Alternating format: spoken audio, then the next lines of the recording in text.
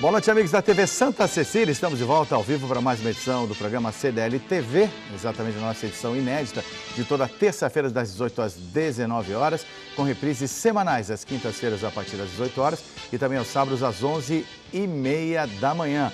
O programa que é uma realização da CDL Santos Praia, Câmara de Dirigentes e Lojistas Santos Praia. Teremos dois convidados, um em cada meia hora do programa.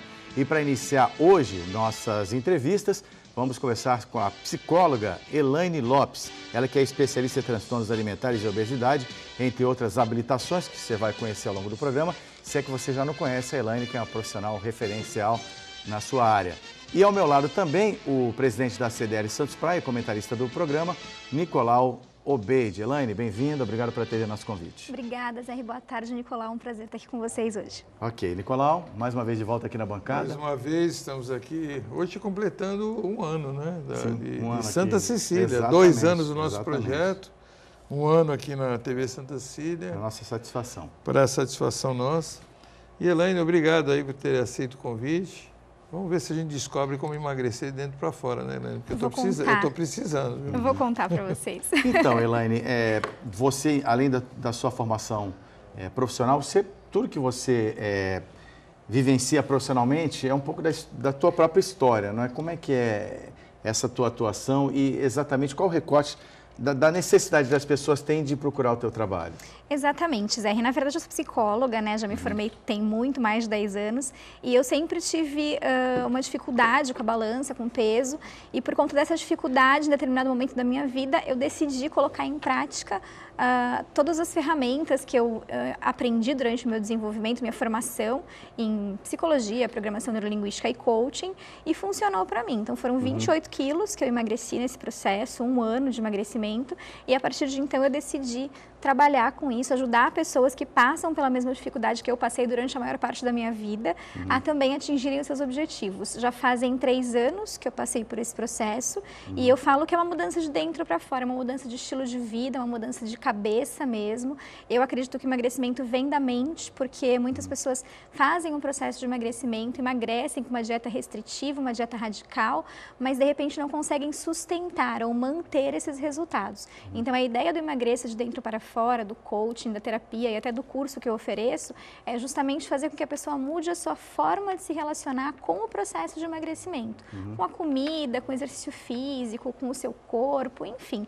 Tratar os comportamentos e as emoções relacionadas ao processo de emagrecimento. A palavra coaching hoje está integrada ao nosso dia a dia, né, Nicolau? E Elaine, você sabe muito bem disso. Tem um aspecto geral e também tem a maneira como você desenvolveu o teu método de trabalho, né, para ajudar as pessoas a emagrecerem, enfim, né, como você diz, buscar essa renovação de dentro para fora, e não é só a questão do peso, tem muita coisa envolvida, né? Então eu queria que você explicasse mais ou menos o conceito geral do coaching e explicando também qual é o seu foco nesse sentido. Eu até agradeço essa oportunidade, porque coaching é uma palavra que está sendo muito usada ultimamente. Exatamente. A formação está na moda, então tem muitos profissionais de coaching sendo formados no mercado. E é uma grande oportunidade de falar sobre esse conceito que hoje em dia a gente vê cada vez mais sendo explorado por aí. O processo de coaching é um processo que foca no desenvolvimento de novas habilidades, de novos comportamentos para a pessoa atingir um objetivo que até então ela não atingiu, né? Então, um processo focado num desafio comportamental, focado em ações. Então, a ideia do coaching é fazer com que a pessoa desenvolva novos comportamentos, novas habilidades e entre em ação de fato para atingir o seu objetivo, né? A especialidade do coaching é o comportamento. Então, a gente vai focar no comportamento dessa pessoa e fazer com que ela desenvolva aquilo que ela ainda precisa, o gap que ela ainda tem entre onde ela está e onde ela quer chegar. Então, o processo de coaching, ele visa justamente mudar a forma da pessoa agir, a forma da pessoa entrar em ação para atingir o seu objetivo. No emagrecimento, a gente trabalha basicamente em 4 pilares no coaching de emagrecimento. Primeiro, quais são os valores que vão motivar a mudança dessa pessoa? Então, o que vai levar de fato a pessoa a mudar? O que vai manter a pessoa motivada nesse processo? Essa é a parte difícil, né? Que essa é a parte difícil. É muito fácil a pessoa perder a motivação no caminho do emagrecimento, porque a maioria das pessoas acredita que engordou em 5 anos, vai emagrecer em 5 dias, né? E não é assim que acontece.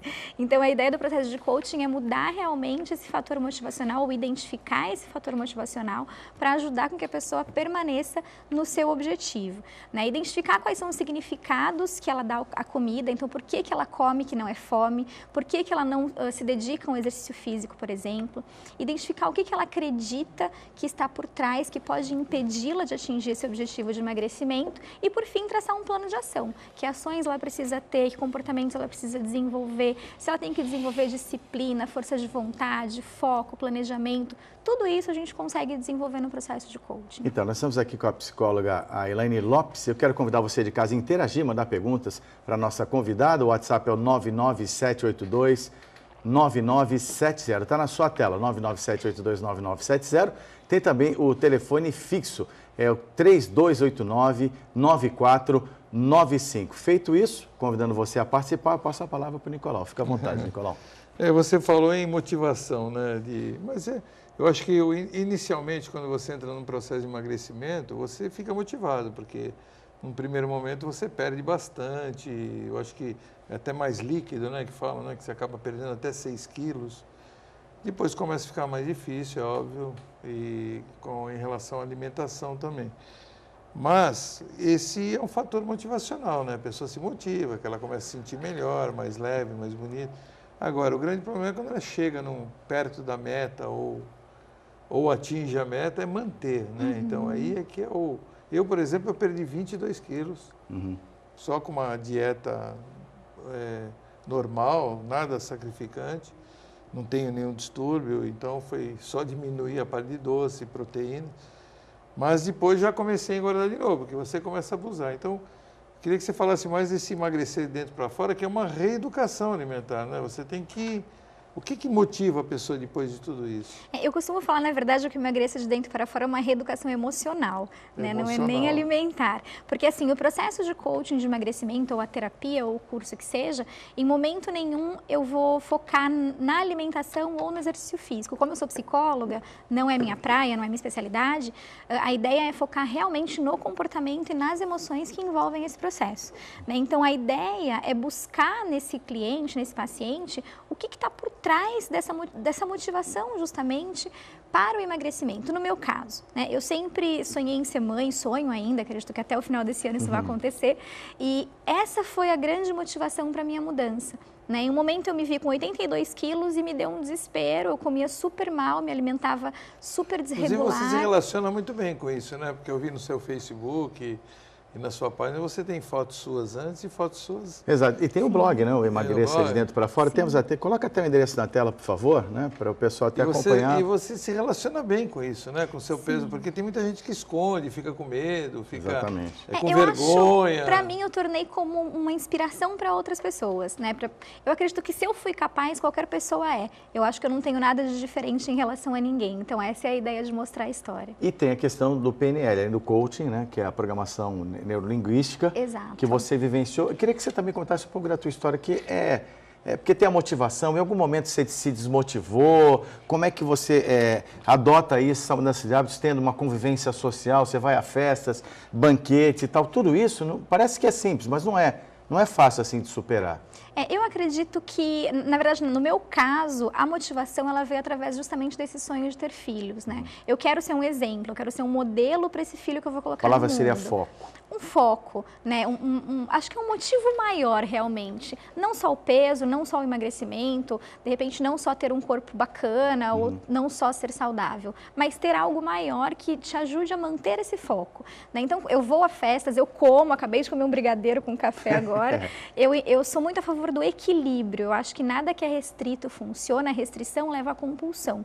Então, se você encontra um equilíbrio que você consegue aplicar na sua vida, eu vou a festas com as amigas, eu saio, eu janto com meu marido, eu tenho uma vida social normal. Mas a ideia é justamente saber que não é o fato de eu jantar num sábado à noite com meu marido vai me fazer comer domingo o dia inteiro como se não houvesse amanhã, porque o amanhã existe, né? Então, a ideia é encontrar esse equilíbrio mesmo. Esse é o objetivo do processo. E o PNL, como é que é? A programação neurolinguística que é o PNL? é uma metodologia que funciona como a reprogramação do nosso sistema nervoso através da linguagem. É como se o nosso cérebro fosse um computador. Dependendo do comando que eu mando para esse computador, é o comportamento que ele vai emitir. Durante toda a nossa vida, a gente vai sendo programado através dos nossos pais, da nossa escola, dos nossos parentes, pessoas de alto poder pessoal. E por aí a gente vai desenvolvendo significados, crenças, comportamentos, que alguns são adequados, obviamente, e outros nem tanto. Então, a programação neurolinguística, ela entra justamente para identificar esses comportamentos que não são adequados, para identificar esses significados inadequados e reprogramar o nosso cérebro, para que então a gente consiga emitir comportamentos novos, de acordo com aquele objetivo que a gente quer chegar. Eu queria te perguntar duas coisas. Uma é sobre o estresse, né? O estresse é uma coisa que todos nós sofremos hoje em dia, Sim. Excesso de trabalho, excesso de atividade, né?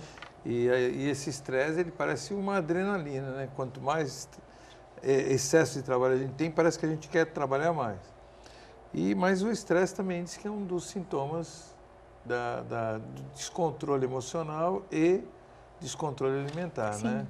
Então, você trabalha essa parte emocional em relação ao estresse, e como é que você faz com pessoas que tem aí um dia a dia que não tem como sair disso, né? A pessoa vive nesse meio, trabalha de manhã, vê a gente aqui, né, Zé? É de manhã na rádio, depois é o trabalho, depois é a TV, depois volta para o trabalho de novo, depois a gente acaba arrumando outras coisas, reunião de associação à noite. Então vai dormir 2 horas da manhã, acorda às 5h30, 6 horas da manhã. Como é que vive nisso aí? Como é que você lida com isso aí? Na verdade, o estresse existe e em alguns momentos ele é positivo, né? A gente tem que usar o estresse a nosso favor, que é onde a gente usa para produtividade, para alcance de resultados, enfim. Mas, no processo de coaching, a gente pede para o cliente, principalmente, fazer uma lista de prioridades. Então, qual é a sua prioridade? Se emagrecer for uma prioridade, você vai ter que encontrar um tempo para você desestressar. Né? Senão esse estresse vai prejudicar o teu processo de emagrecimento. Então a ideia justamente é fazer essa pessoa equilibrar. Eu acho que o equilíbrio no processo de emagrecimento é a grande palavra-chave. E tem também o grande problema de pessoas que fazem a famosa bariátrica, né? Que hoje virou moda, né? E eu conheço algumas pessoas que fizeram a bariátrica, emagreceram muito, mais de 80 quilos, e de repente, 2, 3 anos depois, a pessoa começa a entrar num processo de novo. Aí é que eu acho que é onde entra o emocional, né? Sim. Que você está falando. Eu fiz especialização em transtornos alimentares e obesidade na USP e a gente tinha um grande convívio com o Hospital das Clínicas. Que não emagrece aqui, né? Onde se faz, exatamente. Emagrece no corpo. Exatamente, onde se faz um grande número de cirurgias. O que acontece? A gente percebe que hoje em dia tem médico falando para paciente engordar para entrar na cirurgia, porque ainda existe uma indústria dentro desse processo, infelizmente. As pessoas não mudam a cabeça. Peso, mas ainda não é mórbido. Aí o médico manda engordar para poder fazer a cirurgia. Exato. Exatamente. É o cúmulo. Existe, isso, infelizmente isso existe. A gente percebe as pessoas que fazem a cirurgia bariátrica e voltam a engordar justamente porque não mudam a sua relação com a comida, né? Então a ideia do processo é fazer com que essa relação mude. Existe um número que é de 60% a 70% de reganho de peso em até 5 anos após a cirurgia. Então a gente vê, a cirurgia bariátrica não é uma cirurgia simples, o pós-operatório é extremamente sofrido e isso não é divulgado. As mídias ainda divulgam a bariátrica como um milagre, como uma cirurgia mágica, e não é. Ela é extremamente sofrida, quem passou talvez consiga confirmar o que eu estou dizendo.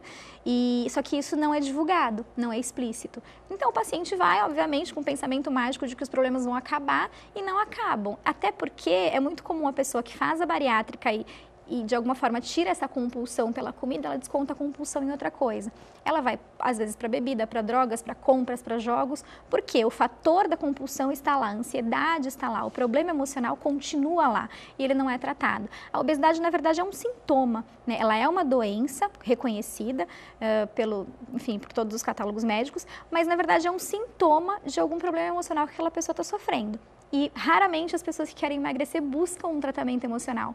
Buscam sim um nutricionista, um endocrinologista, um educador físico, mas não buscam um psicólogo ou um coach de emagrecimento para identificar o que tem que mudar por dentro, que é aí que ela vai conseguir realmente um resultado sustentável.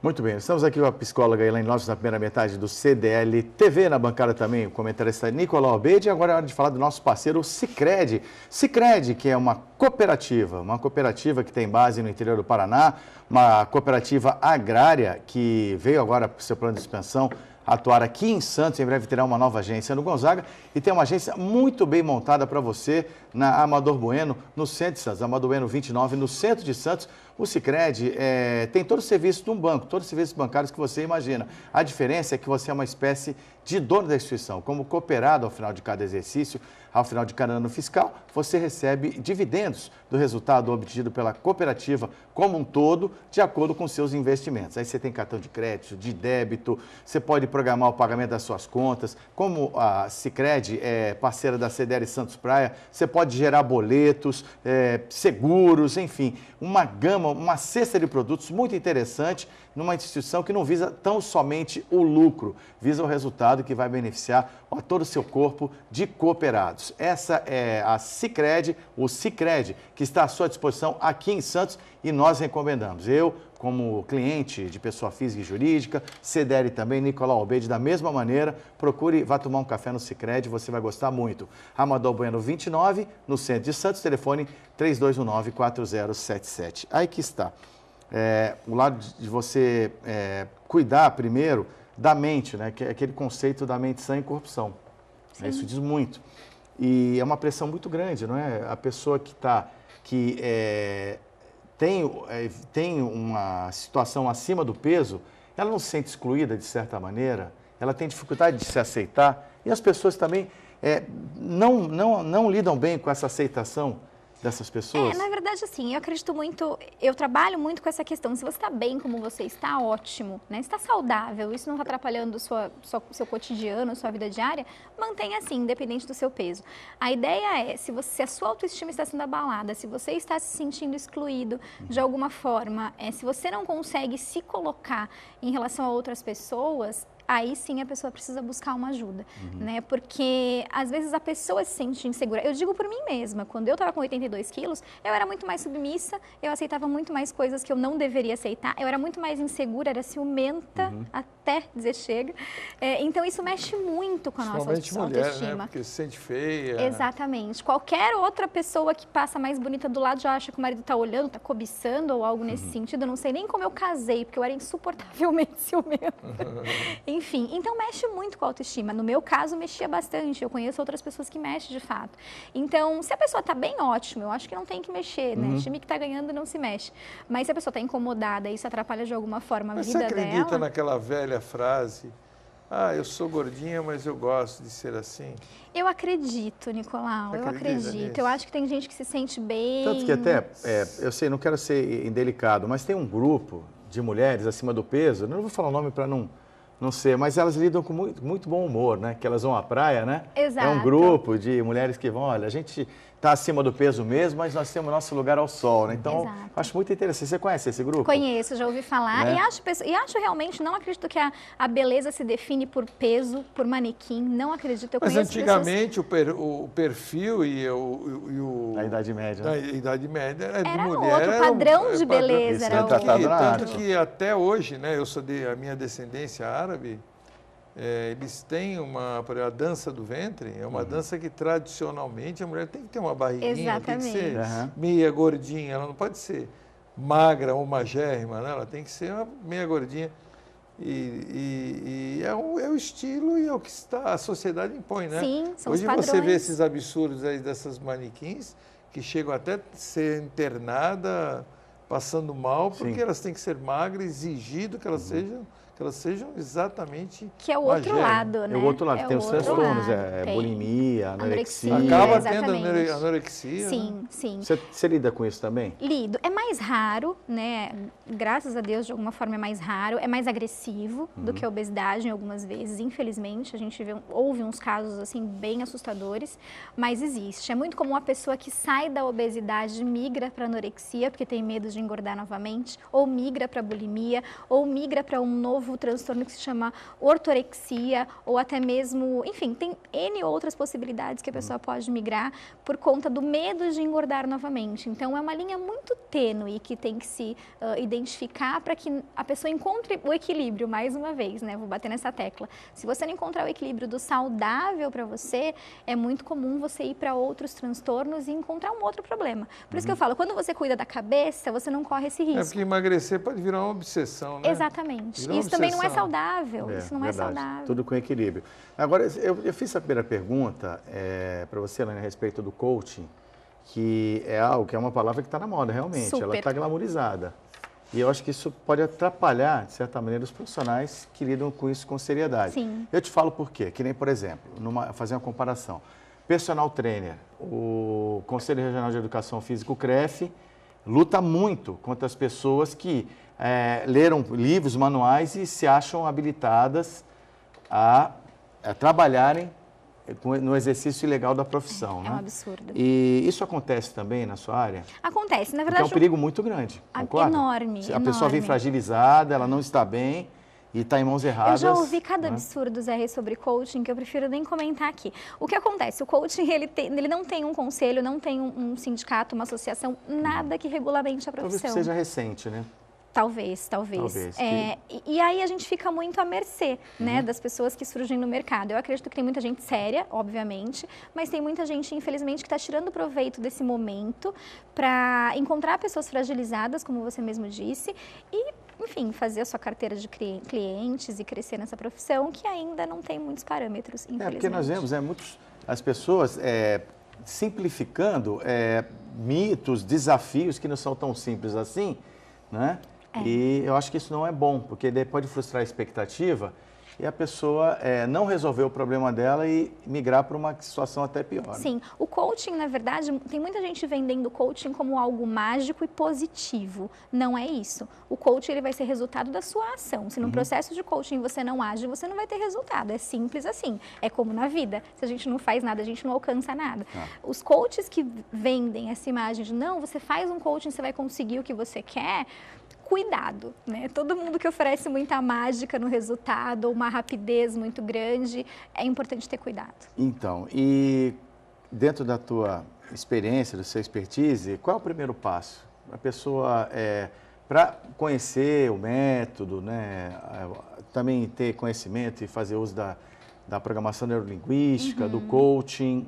O que você diria para essas pessoas? Na verdade, assim, procura saber quem é o profissional que você está buscando, procura saber os cases que ele já atendeu, quanto tempo essa pessoa atende, a formação dessa pessoa, todas essas informações são muito importantes. Lá no escritório a gente oferece uma primeira sessão gratuita para a pessoa entender como funciona o processo, entender qual é a abordagem que a gente trabalha e até mesmo para a gente entender qual a necessidade desse cliente para saber se o coaching atende ou não. Até porque quando a pessoa passa por mim, a gente faz uma triagem. Se o que essa pessoa necessita é um processo de coaching ou é um processo de terapia. Dependendo de como a pessoa chega no consultório, no escritório, ela não pode fazer um processo de coaching. Ela precisa primeiro passar por uma terapia para resolver os problemas emocionais dela, para depois entrar no processo de coaching. Porque se ela não cuida do emocional, ela não vai alcançar o resultado. E ela vai sair frustrada do coaching. Agora, existem problemas também de pessoas estar muito gordas e tal, por distúrbios de saúde, né? Sim. A gente, quando a pessoa inicia um coaching de emagrecimento, a gente descarta todas essas possibilidades. A pessoa já foi no médico, já identificou se tem algum problema hormonal, se toma algum medicamento, qualquer tipo de fator externo que possa, de alguma forma, atrapalhar o processo de emagrecimento dela. Se não há, se é só comportamental e emocional, o coaching atende perfeitamente bem essa necessidade. Então, isso que eu queria dizer para você, que hoje existe um senso comum que tudo que tem gordura não é saudável. Então as pessoas focam, claro, para atingir resultado, e não vou entrar em detalhes que eu não sou especialista na área. Mas eu entendo que também não é por aí, que você tem que ter uma alimentação equilibrada, tem hora para tudo. Como é que se compõe essa cesta para as pessoas atingirem o resultado, elas têm que abdicar totalmente das gorduras e tudo mais? Na verdade, assim, no processo de coaching, uma das orientações que a gente dá é sempre buscar um acompanhamento nutricional, né? Todo mundo fala, mas eu já sei o que a nutricionista vai falar. Não, não sabe. Entendi. Né? O nutricionista, Você não entra na área de outras especialidades? Não, de jeito... No meu caso, não. Como eu não tenho esse conhecimento, a pessoa vai buscar um nutricionista, vai buscar um educador físico para traçar um treinamento. Isso se chama ética no meu dicionário. Então, ética profissional, existem pessoas que entram na praia do psicólogo, por exemplo, mas não é o caso. No começo do meu trabalho, eu tive muitos nutricionistas achando que eu estava fazendo trabalho de nutricionista, então foi muito curioso. Como hoje eu já tenho um pouco mais de 2 anos de atuação, isso não acontece. Aqui na região, algumas nutris me conhecem, eu tenho parceria com algumas e respeito muito o trabalho de todas. E você encaminha, né? Que Sim, falou, tem porque é um trabalho complementar, né? Eu não tenho nenhum conhecimento. Como se tiver algum distúrbio físico, né? Você encaminha para o médico, né? Exatamente. Então, eu sempre prego isso, o equilíbrio, né? Se você restringir o teu cérebro de algo que é importante para você, em algum momento você vai buscar compensar essa restrição. Então, você pode gerar uma compulsão por aquilo que você ficou restrito. Uma das doenças muito comuns, né? Principalmente nas mulheres, é o hipertiroidismo, né? Sim, hipotiroidismo. Que sim. a pessoa engorda de beber água. Sim. Né? Então, não é brincadeira. Qualquer nutriente engorda. Por isso que é importante que se tenha esse acompanhamento nutricional, né? Cada um no seu quadrado mesmo. Eu uso bem essa estratégia. A pessoa busca um nutricionista, busca um educador físico, um endócrino, um nutrólogo, enfim. A própria pessoa que decide qual a especialidade que ela vai buscar. Mas a gente, no processo de coaching, não entra nessas áreas, não. E como é que o blog agrega nesse diálogo com as pessoas que estão buscando emagrecimento, com uma cabeça boa, saudável, algo que elas carreguem como legado para a vida inteira, né? Elas adotem uma nova postura, né? E encarem a vida de uma forma mais confortável e mais feliz. Você sabe, Zé, que o trabalho de ser blogueira é muito solitário, né? Às vezes a gente escreve algo ou grava um vídeo, a gente acha que ninguém está assistindo. E de repente eu recebo muitas mensagens falando... Na tela, ó, emagreça de dentro para fora.com.br. Exatamente. Mas você tem também no Facebook o Suar, né? Tem no Facebook, o Emagreça eu tenho Facebook, Instagram, YouTube e o blog. E eu tenho o Suar Desenvolvimento Humano, que é a minha empresa, que a gente, além do serviço de emagrecimento, presta outros serviços também. E retomando a vida de blogueira? Então, é muito solitária. A gente acha que não tem ninguém assistindo, ninguém lendo, e é muito bacana. Eu recebo muitos feedbacks de pessoas que agradecem, porque tem inspirado uma mudança, inspirado uma nova qualidade de vida, um novo estilo de vida. Então, agrega porque eu sempre posto meu dia a dia no Instagram, por exemplo. No blog eu falo muito sobre conceitos, como os transtornos que eu comentei aqui. No YouTube eu gravo vídeos semanais para as pessoas acompanharem. Toda semana tem um vídeo novo falando sobre algum pensamento que pode impedir essa pessoa de emagrecer, enfim. Então é um trabalho bem bacana, bem rico. Eu sempre que posso lanço e-books, estou para lançar um curso online de emagrecimento também. Nos próximos 2 meses isso ainda vai acontecer. Calma. Aqui o trabalho não para. Então ainda quer ser mãe? Ainda quero ser mãe. Acho que para o final do ano, Nicolau. Preparar para o final do ano. Vamos lá fazer uma matéria, né? Com o filho da Elaine, com essa pilha toda que tu tá. Olha, eu fico com pena da criança. Psicóloga Elaine Lopes, muito obrigado. Foi muito esclarecedora a conversa. A casa está aberta, fica sempre à disposição. Foi um prazer recebê-la aqui. Um prazer sempre conversar com vocês. Muito obrigada pela oportunidade. Pena que nós não estamos mais na rádio, né? Que nem nós estávamos. Verdade. Mas com certeza aí nós também estamos aí na 102. Sim, vamos agendar uma entrevista lá, uma entrevista com você. Com certeza. Falar com a Camila. Isso, Camila Baroni. Tá bom, Camila? Vamos procurar você. Muito obrigado, Elaine. Obrigado, Elaine. Obrigada. Nicolau permanece com a gente. Daqui a pouquinho, o patologista, Dr. Ricardo Camilo de Almeida, membro da Sociedade Brasileira de Patologia, vai abordar vários temas na segunda parte do CDL TV. É rapidinho, não saia daí. De volta no nosso programa, o CDL TV, aqui na Santa Cecília, a edição ao vivo que vai ao ar toda terça-feira das 18 às 19 horas, com reprises semanais às quintas-feiras às 18 horas e sábados às 11h30 da manhã. Lembrando que o programa é a realização do setor de comunicação da CDL Santos Praia, Câmara de Dirigentes Lojistas Santos Praia, uma entidade sem fins lucrativos que congrega cerca de 1.300 lojistas nas áreas da praia, da Orla de Santos e áreas contíguas. E em nome desses lojistas, estamos aí debatendo temas de interesse da comunidade.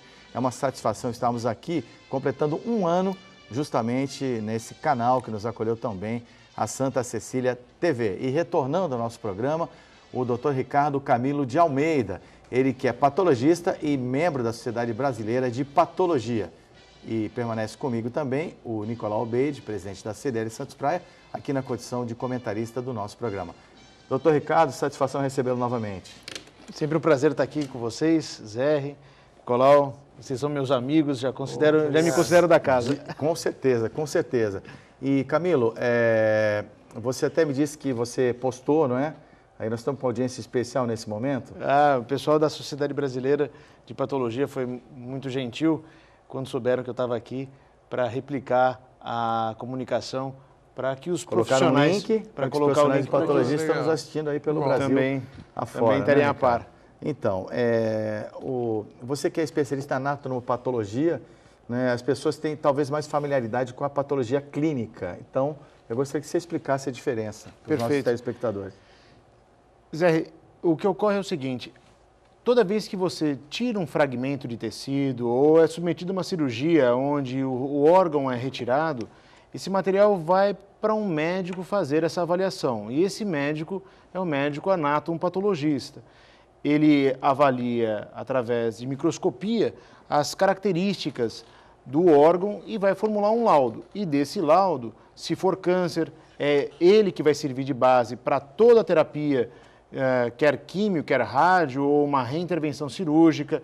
Tudo vai ser baseado na avaliação morfológica, tanto que é considerado o gold standard, ou seja, o padrão ouro para certeza do que está ocorrendo no organismo.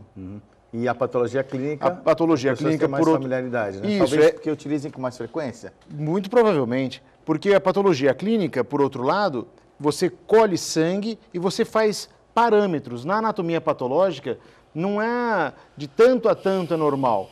O médico elabora o laudo a partir da avaliação. A patologia clínica, ela atua com parâmetros. Então, a glicemia vai de tanto a tanto, o ácido úrico vai de tanto a tanto, hemograma, a quantidade de hemácias, é tudo parametrizado. São duas especialidades distintas no Brasil. E a anatomopatologia é muito centrada também nas biópsias, né? Isso, é a avaliação de tudo quanto é tecido. Células e tecidos. Exatamente. Você já está... Já estou um doutor. Porque eu acho que é interessante que as pessoas saibam das ferramentas que a medicina hoje oferece. Isso daí... Somente nas doenças que têm essa detecção precoce como fundamental. Perfeito. O que vale a pena o nosso telespectador saber é que cabe a ele também a escolha do patologista. Às vezes você escolhe o seu médico que vai lhe operar e você não se preocupa com quem vai avaliar. A mulher vai fazer uma cirurgia de mama, retira a mama e acha que aquilo ali acabou. Não, às vezes um erro de avaliação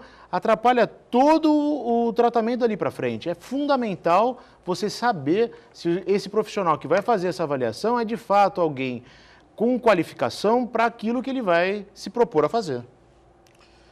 Eu tenho até curiosidade em relação à patologia, porque eu acho que as pessoas, elas, no caso que nem você falou, a mulher ela tira a mama, aí ela tem algum câncer, né, de mama que é detectado na patologia, não é isso? Exato. No exame.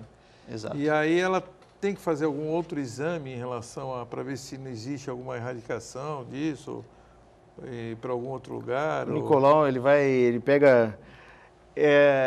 A colocação foi perfeita. Toda vez que você, por exemplo, numa suspeita de mama, tem o Outubro Rosa, onde as mulheres vão fazer um exame que chama mamografia para avaliar se há nódulos na mama. É feita uma primeira biópsia, que é uma amostra. Aquilo é uma primeira etapa, tira um fragmentinho. A segunda é a cirurgia propriamente dita. Nessa cirurgia, o mastologista ele vai retirar a área tumoral. Naquele primeiro momento, durante o ato cirúrgico, já existe a atuação do médico patologista, que é chamado exame intraoperatório de congelação, ou seja, durante o ato, o patologista está acompanhando o cirurgião, ele faz avaliações da margem e avaliações da própria neoplasia para dar parâmetros, se ele tem que cortar mais, se ele pode preservar a mama, se ele tem que retirar toda a mama, se ele vai abordar o linfonodo, um único ponto ou todos os linfonodos. O patologista ele tem que estar quase uma simbiose, quase essa parceria mesmo com o cirurgião.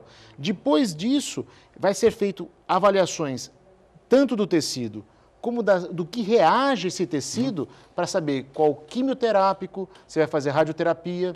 Isso são diversos fatores onde hoje a nossa população não sabe nem a importância do patologista. A congelação você literalmente congela, né? Tem um exatamente. spray que você congela a amostra, É isso leva mesmo. para o laboratório e analisa minuciosamente. Eu perguntei porque eu falei de mama de mulher, porque também é muito comum para homem no caso de próstata. Exatamente. Né? Temos o Novembro Azul também para isso. Novembro Azul, que inclusive os homens são muito mais resistentes, né? Muito. A esses tipos de exame do que as mulheres. Né? As mulheres são mais, elas se dispõem mais a esse tipo de exame. Ainda há um mito, né?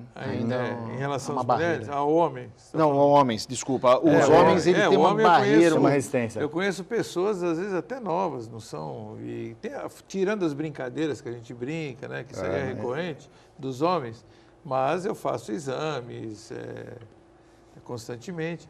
E eu também tenho um histórico familiar que é muito perigoso, porque eu tive meu pai que exatamente faleceu por um problema de câncer de próstata. Mas também foi porque também tardiou muito o diagnóstico. O diagnóstico detecção, dele. né? Detecção, né? Agora, então, a minha curiosidade é exatamente essa. Os homens, eles vão ao médico, faz aquele exame de sangue, vão ao médico, faz o toque, e não haveria... quando é o momento, ou quando é o ponto de ele fazer um exame realmente do tecido da próstata? Boa pergunta. O médico tem que perceber, ou só o toque é suficiente? Como é que funciona assim? Porque eu sei que todos os homens, a partir de 50 anos, ele começa a ter um crescimento, né, da próstata. Exatamente. E quando saber se esse crescimento é maligno, benigno? Não existe um exame mágico. O exame é um conjunto, ou seja, o toque, o exame de sangue, que é o PSA, para ver se esse nível está muito alto ou não. Então, o conjunto de achados, se indicar um comportamento ou algo inesperado, algo agressivo, uma resistência, algo tudo que foge do normal, que dá a suspeita para o urologista que aquilo merece uma investigação adicional, é o momento de se fazer o que é chamado de core biopsy, ou seja, uma biópsia por agulha grossa, onde se retira fragmentos da próstata. Imaginem a próstata desenhada como um jogo da velha. Então o urologista vai retirar do ápice, do meio, da base, ele vai mapear do lado direito, do lado esquerdo, para fazer um desenho da próstata e ele poder saber como abordar. Porque, como o Zé falou da outra vez, para quem nos acompanha, o diagnóstico do patologista, o papel do patologista é possibilitar o diagnóstico precoce. Se for possível o diagnóstico precocemente de neoplasia, a probabilidade de cura é muito alta. O problema é infelizmente, como ocorre algumas vezes em que já se detecta quando tem a metástase, que é o espalhamento pelo corpo, e isso daí tem vários fatores. É uma doença silenciosa, né? Muitas vezes, muito infelizmente, sofrida, né? Muito. O doutor já conversei com ele sobre isso. Eu Vivenciou com seu pai, né? vivi. O sofrimento é absurdo. O sofrimento geralmente se desenvolve depois da próstata, ela vai para o osso, né? Pode ocorrer, que é a metástase. É a metástase, né? Vai para o osso, depois ela começa a espalhar pelo corpo. Mas eu entendo que nós estamos aqui no veículo de comunicação e eu acho que é de suma importância, né, a gente transmitir essa Eu agradeço muito essas perguntas iniciais pessoas, de esclarecimento que eu acho que... E esse mito que existe ainda dos homens em relação a isso, eu acho que é um machismo, né? E está havendo menos resistência agora das novas gerações? Eu acredito que sim. Porque nós temos muitos casos de pessoas mais velhas, inúmeros casos de pessoas que sucumbiram ao câncer de próstata. Exato. O que está ocorrendo é o seguinte, a melhora dos métodos de investigação, tanto de laboratórios como de imagem, possibilitou que as pessoas tivessem essa consciência, na verdade, da importância de ir ao médico e fazer esse diagnóstico. Eu canso de escutar colegas falando assim, o paciente me pediu